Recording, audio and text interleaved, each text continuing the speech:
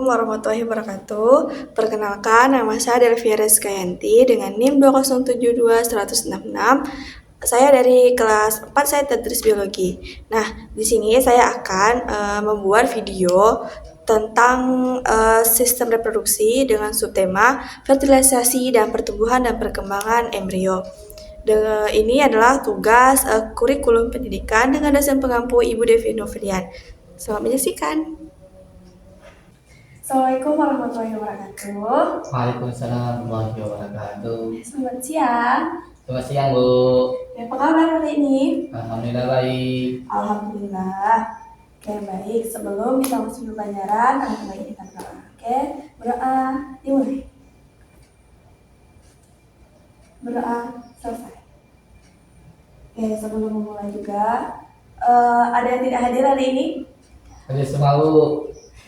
Alhamdulillah, hadir semua ya. Rajin-rajin banget anak-anak kelas ini. Oke, baik. Sebelum masuk ke materi pada hari ini, Ibu akan sebelumnya kalian tahu tidak bagaimana proses seorang wanita yang sedang hamil itu kan dari awal perutnya kecil dan membesar. Nah, ada yang tahu tidak proses apa yang terjadi di sana? Tidak tahu, Bu.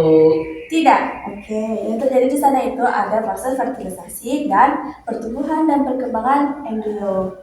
Jadi tujuan hari ini untuk mempelajari fertilisasi dan pertumbuhan dan perkembangan embrio adalah yang pertama untuk mengetahui apa itu fertilisasi dan tahap-tahapnya. Yang kedua itu mengetahui apa pertumbuhan dan perkembangan embrio dan tahap-tahapnya. Oke, langsung saja. Oke, yang pertama, apa itu fertilisasi? Kan fertilisasi itu adalah proses berfungsinya pronukleus jantan pada sperma dengan pronukleus betina. Nah, maksudnya itu apa? Fertilisasi itu adalah pembuahan pada umumnya, yaitu sel sperma pada jantan itu membuahi sel telur pada wanita. Itu ya, jadi fertilisasi itu adalah pertemuan antara sel sperma jantan dan sel telur dari wanita. Oke, ada pertanyaan? Ada, Bu. Oke, apa Fadlan? Bagaimana terjadinya fertilisasi, Bu? Fertilisasi ya Fadlan. Oke, jadi fertilisasi itu terjadi ketika wanita dan pria itu melakukan hubungan suami istri di mana nanti sel spermanya itu kan masuk melalui vagina, terus ke ovarium, ke cervix, lalu menuju ke tuba falopi. Nah, di tuba falopi itulah terjadinya fertilisasi ataupun pembuahan. Begitu ya, Fadlan? Ya, Bu. Oke, selanjutnya yaitu tahap-tahap fertilisasi. Tahap-tahap fertilisasi itu ada 4. Yang pertama ada penetrasi corona radiata. Nah, apa itu penetrasi corona radiata? Di mana sel sperma itu melewati bagian luar dari sel telur. Nah, dia mau masuk ke dalam sel telur. Di mana di situ akan terjadi pelepasan enzim dan sel sperma itu bergerak dengan menggunakan ekornya untuk menembus sel telur itu. Yang kedua yaitu penetrasi zona pleurisida. Nah, di penetrasi zona pleurisida ini akan di mana enzim tersebut melindungi sel telur dan embrio dari kerusakan mekanik selama ovulasi dan perjalanan sepanjang saluran reproduksi. Yang berikutnya yaitu ada fusi membran. Fusi membran ini proses yang menggabungkan membran plasma dan sel sperma dengan membran plasma dari sel telur atau ovum.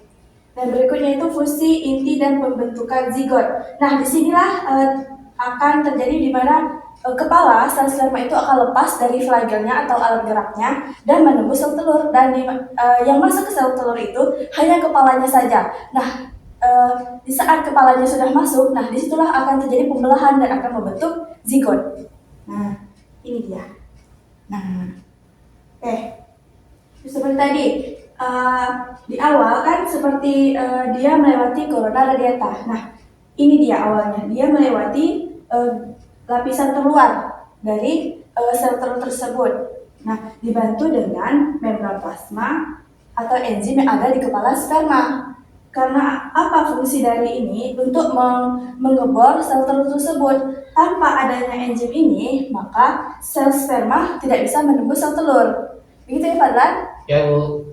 Oke, yang berikutnya itu sel ini akan, ya ini tadi, untuk mengebor dan akhirnya dia bisa masuk ke dalam, apa ini tadi? Sel telur. Ya bagus, sel telur. Sampai sini ada pertanyaan? Tidak ada, Bu. Tidak ada? Tidak ada. Paham ya? Ya, paham. Paham. Lanjut.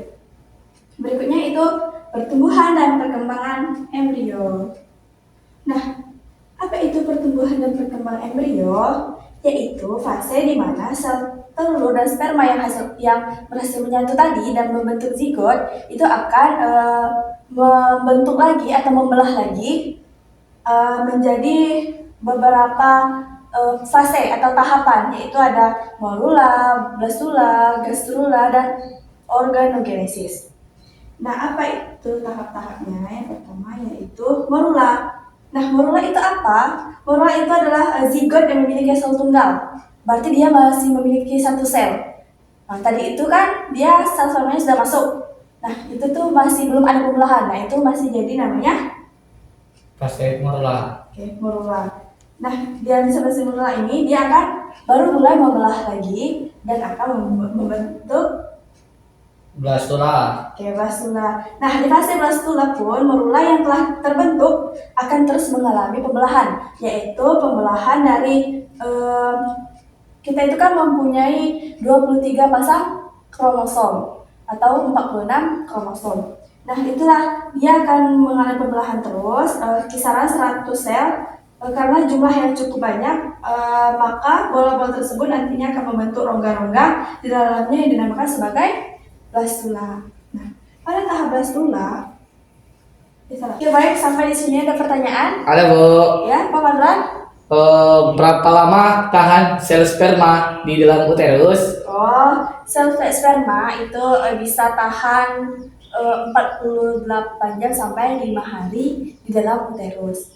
Nah, setelah itu dia akan mati. Nah, sedangkan sel telur itu hanya 24 jam tahannya. Nah, jika tidak terjadi pembuahan, maka sel telur pada wanita itu akan menurun.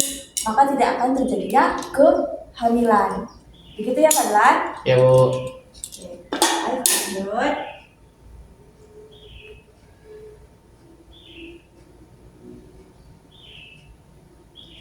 Lanjut.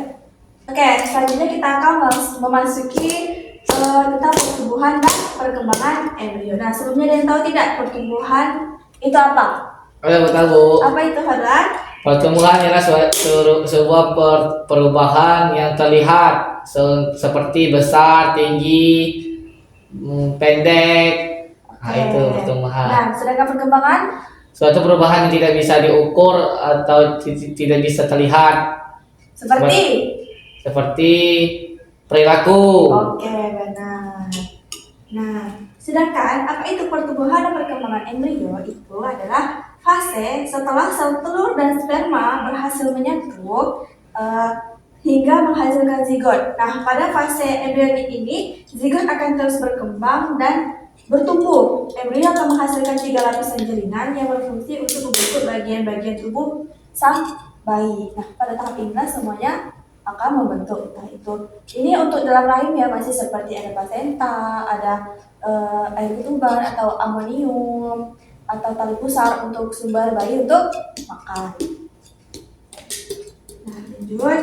Nah,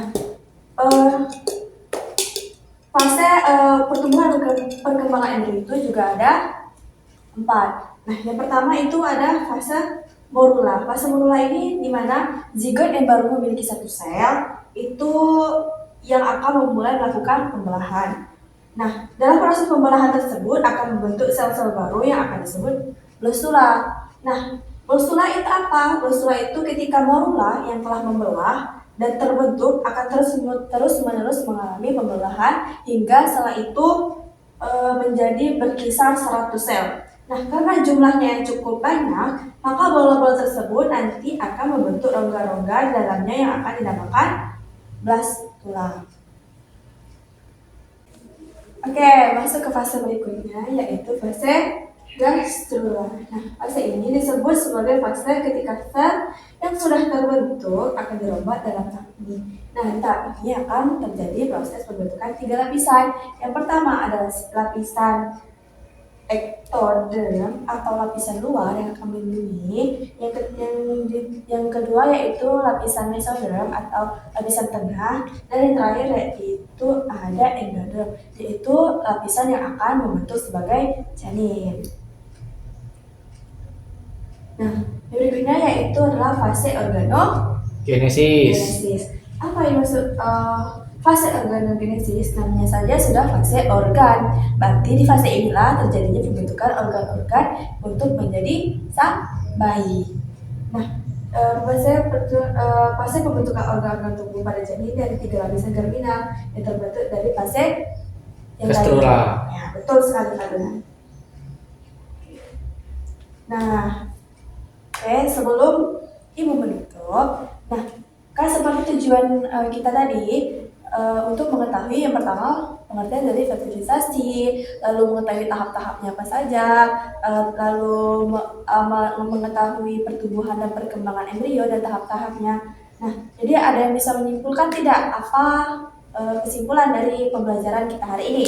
Terjadi bagaimana ya? Proses yang terjadi di sana adalah sel sperma menembus sel telur. Yang kedua yaitu ada Penetrasi zona flaccida. penetrasi zona flaccida, di mana di situ prosesnya sel sperma menggunakan enzimnya untuk mengebor atau menembus sel telur. Nah, yang berikutnya itu ada fusi membran. Fusi membran itu yaitu telah terlepasnya kepala sel sperma dan flagel atau alat geraknya untuk menuju inti sel dari sel telur. Nah, yang keempat yaitu Fusi inti dan pembentukan zigot. Nah, disitulah sel telur dan sperma itu menyatu dan membelah untuk membentuk zigot. Nah, yang tadi berikutnya itu pertumbuhan dan perkembangan embrio. Nah, itu adalah proses di mana terjadinya pembentukan setelah sel zigot terbentuk. Dan pertumbuhan perkembangan embrio itu juga memiliki 4 tahap: mula, bastula, gastrula, dan organogenesis. Di mana di fase organogenesis itulah proses di mana organ-organ akan terbentuk. Oke, sebelum juga kita menutup pembelajaran ini, Ibu akan memberikan kuis. Oke, siapa yang bisa menyebutkan fase-fase yang ada di gambar ini? Saya, Bu. Oke, silakan Fadlan. Oke, fase yang pertama adalah Yang pertama itu fase zigot. oke, zigot. Yang berikutnya Fase marula. terus Fase bastula. terus Ya, gastrula. dan Dan yang terakhir organogenesis. oke, benar sekali. Tepuk tangan dulu untuk di Fadlan. Oke. Nah, sebelum kita mengakhiri pembelajaran kita pada hari ini, alangkah baiknya kita mengucapkan Alhamdulillahirrahmanirrahim. Oke, baik, kita tutup pembelajaran hari ini. Ibu mohon maaf jika ada kesalahan kata. Ibu akhiri, wassalamualaikum warahmatullahi wabarakatuh. Waalaikumsalam warahmatullahi wabarakatuh. Oke, sekian video dari saya. Saya mohon maaf jika ada kesalahan kata maupun tindakan di dalam video tersebut. Dan saya akhiri, wassalamualaikum warahmatullahi wabarakatuh. Jangan lupa like, comment, share, and subscribe. Dadah!